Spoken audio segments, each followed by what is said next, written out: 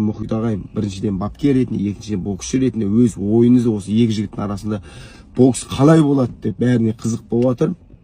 Енді мен қысқа нұсқада коротко ясын айтайын. Енді Еркебұлан Тоқтарды енді қазір біздің Қазақстанда бәрі біледі практически. Бұның қолы, ударкысы бәрі өте жақсы, физикасы, ударный мощь бәрі мықты. Бұл соңғы 1-2 жылда боксын ударкысын өте жақсы қойып алған. Бірақ 13 килограмм салмақ қатты қуған, 70-ке мен білмеймін немеге соншама қатты салмақ қуғанын. 13 килограмм, 70 килограммға мен көрдім. Вообще Еркебұланды түрі әлсіреп, денесі шаршап тұрған өте қатты көрініп тұрды. Енді бұл жерде гонорар ретінде, ақша ретінде өте бір жақсы бір сондай бір ұсыныс болды деп ойлаймын. Өйткені соған бола бұл Еркебұлан осынша салмақ қуды. Мынау Еркебұланның жаңа айтып отырмын ғой, соңғы 1-2 жылда жаңа бокс ережесі бойынша бокстан школасын бәрін өте жақсы қойып алған. Агрессивный манерада бокс жасады. Агрессивный деген сөз ол бірінші номерде шыға салады, алдыға қарай тек қана тапить етеді. Ол бокс өте жақсы.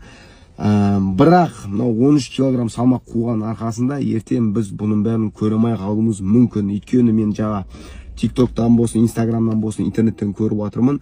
Азанда жаңа пресс-конференциялары болыпты. Жаңағы Еркебұлан вообще түрі жаңа айтып отырмын, шаршап қалған, әбден салмақ қуғаннан восстановлениесі дұрыс емес. Оның алдында өзінің стористерінде көріп жатырмын. Салмақ қатты қуғаннан түнімен ұйықтай алмай жаңағы тренермен сөйлесіп жатыр. Түнімен ұйықтай алмай жаңағы әңгіме айтып жүрмін, далада жүрмін деп жатыр. Өте қиын. Сондықтан минутка Марсельмен жаңа бокстасқан екен. Марсельмен бокстасып, өрде вообще жаңағы мен Марсельді вообще жаңағы басқа жағынан көрдім. Марсель ол қазір оны отдельно айтам. Бұл жерде мен айтайын деп жатқан минутка бокстасқан, минуткада болмайтын ударларды жіберіп жатыр Еркебұлан, ол рас. Во-вторых, жаңағы қайтадан анау жынданып ашуланып кетіп жатыр да, ашуланған сайын жаңағы защитаны ұмытып кетіп жатыр, қолдары түсіп кеткен, ударлардың бәрін бетіне жіберіп жатыр, бас жоғары жүр, удардың бәрі тиіп жатыр.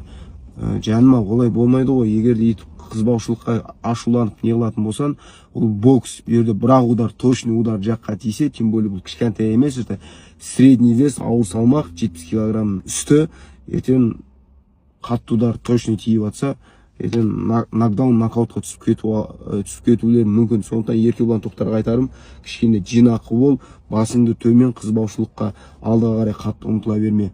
Сондықтан восстановлениясы жақсы болсын деп ойлаймын. Восстановлениясы жақсы болса, құдай қаласа біз Еркебұланның жаңағы физикасында, алға қарай бокстасуында, функционалдық, яғни барлық жақсы жағынан біз көруіміз мүмкін. Егер де восстановлениясы дұрыс болмаса, салмақ көп қууының әсері тисе, питаниясы дұрыс болмаса, дұрыс тамақ ішпесе, дұрыс салмақ қосылмаса, дұрыс витаминдер ішіп, восстановление дұрыс болмаса, ертең ұтылып қалуы мүмкін Еркебұлан.